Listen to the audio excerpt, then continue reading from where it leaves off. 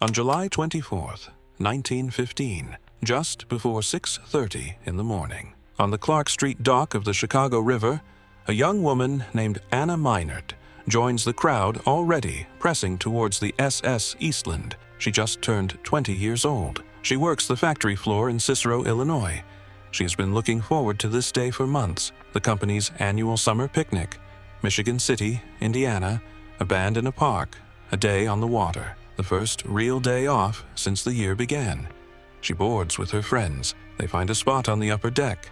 They are laughing and joking in the beautiful morning sun. She would later say she never saw it coming.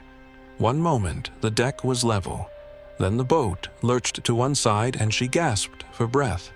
By 7:28 this morning, the SS Eastland will roll onto her side 20 feet from this dock and kill 848 people. The water Anna Meinert will nearly drown in is shallow enough to stand in. The shore is close enough to touch, and the law that Congress passed after 1,500 people died on the Titanic.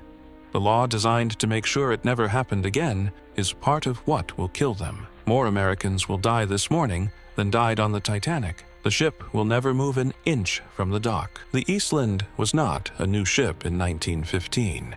She had been launched in 1903 at Port Huron, Michigan, and for 12 years she had worked the Great Lakes passenger trade, from Chicago to South Haven, and Chicago to Michigan City. A summer steamer for excursion crowds and day trippers, but she had a huge problem from almost the beginning. Her hull was built for speed, not stability. Long and narrow, with a high superstructure, she sat shallow enough in the water that when passengers crowded to one side, she moved with them, not a gentle adjustment.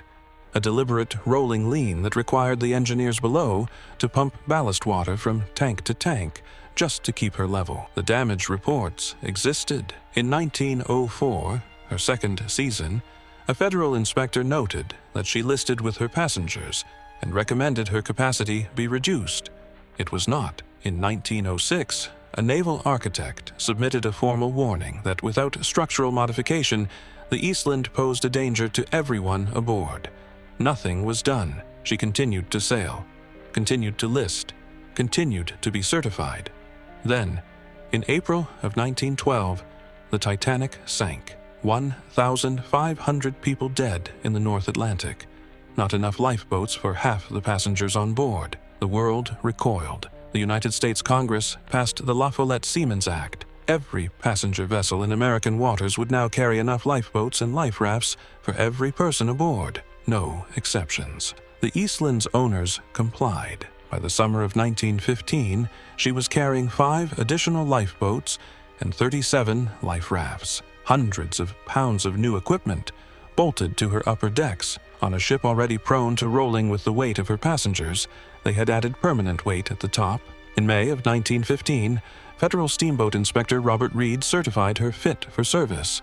Permitted passenger load, 2,500 people. Reed had access to the earlier reports. He signed off anyway. The Western Electric Hawthorne Works in Cicero employed tens of thousands of people. The majority were immigrants, Czech, Bohemian, Polish, who had come to Chicago in the great waves of the previous decades and settled on the city's west side. The annual company picnic was not a small gesture. 5 chartered steamers, a rented park in Michigan City, Indiana, and a day in the sun for families who spent the rest of the year on factory floors. Boarding began at 6:30 a.m. at the Clark Street dock.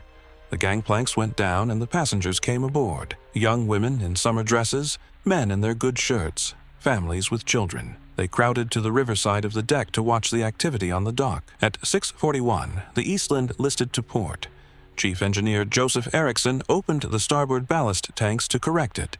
The ship steadied. More passengers boarded. She listed again. Erickson corrected again. Crewmen on the dock watched the lean and said nothing. Boarding continued. By 7:10, the Eastland was carrying 2,500 people. She had listed, been corrected, listed again, been corrected again. The gangplanks were still down. A Western Electric supervisor on the dock urged the captain to slow the boarding.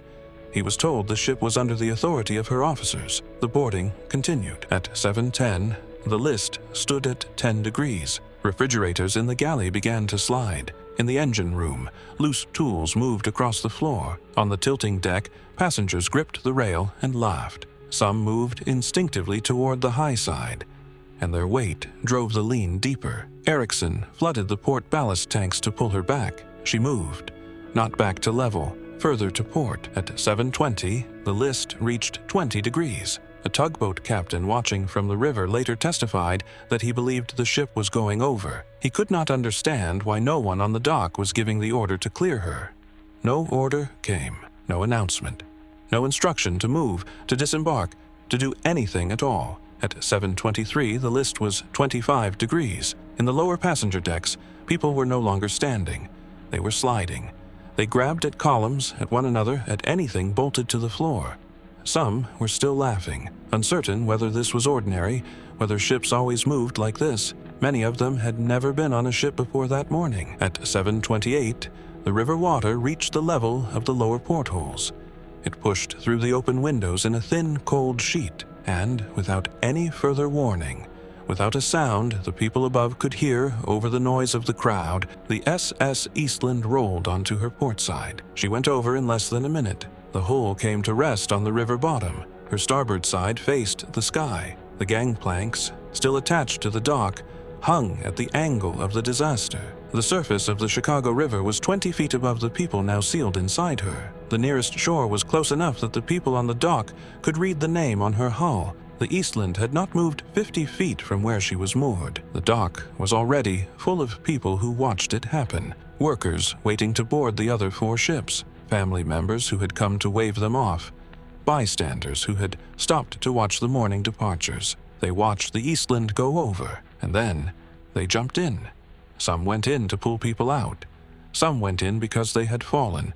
Some went in because there was someone they knew in the water. The river was not cold.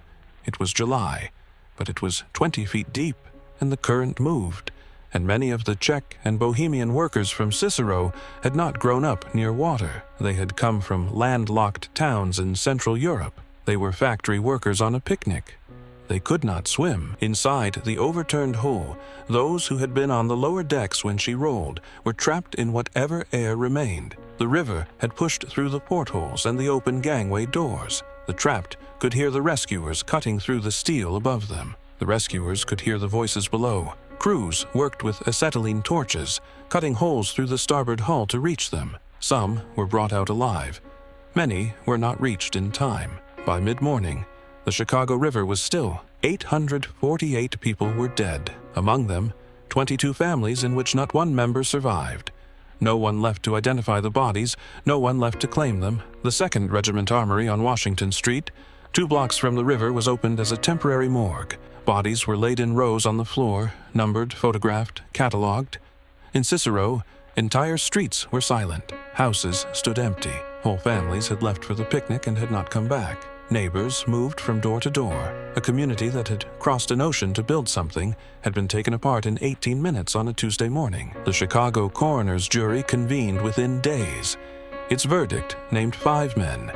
Captain Harry Peterson. First, Mate Del Fisher. Chief Engineer Joseph Erickson, the president of the St. Joseph Chicago Steamship Company, and Inspector Robert Reed, who had certified the Eastland fit to carry 2,500 people just 2 months earlier. A federal grand jury returned criminal indictments, but the arguments that followed revealed a huge problem. The chain of responsibility was long enough that each party could point to another.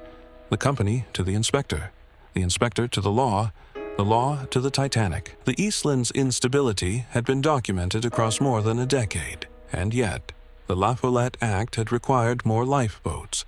The lifeboats had made the ship top-heavy, and the government's own inspector had looked at the result and signed off. No single hand had held the knife. In 1916, a federal judge dismissed the criminal charges. Appeals continued for years. In 1935, 20 years after 848 people drowned 20 feet from the shore of the Chicago River, the last legal proceeding connected to the Eastland closed. No one was ever convicted of anything. The ship herself was raised from the river, renamed the USS Wilmette, and commissioned as a Naval Reserve training vessel. She sailed the Great Lakes for decades. She was scrapped in 1947. Within weeks of the disaster, she was already disappearing from the front pages. By August 1915, the Western Front led every edition. By the time America entered the war, the Eastland had been gone from the newspapers for 2 years. It would not return. Anna Meinert survived. She grabbed the leg of a man clinging to the overturned hull and tried to pull herself out of the water. He kicked himself free.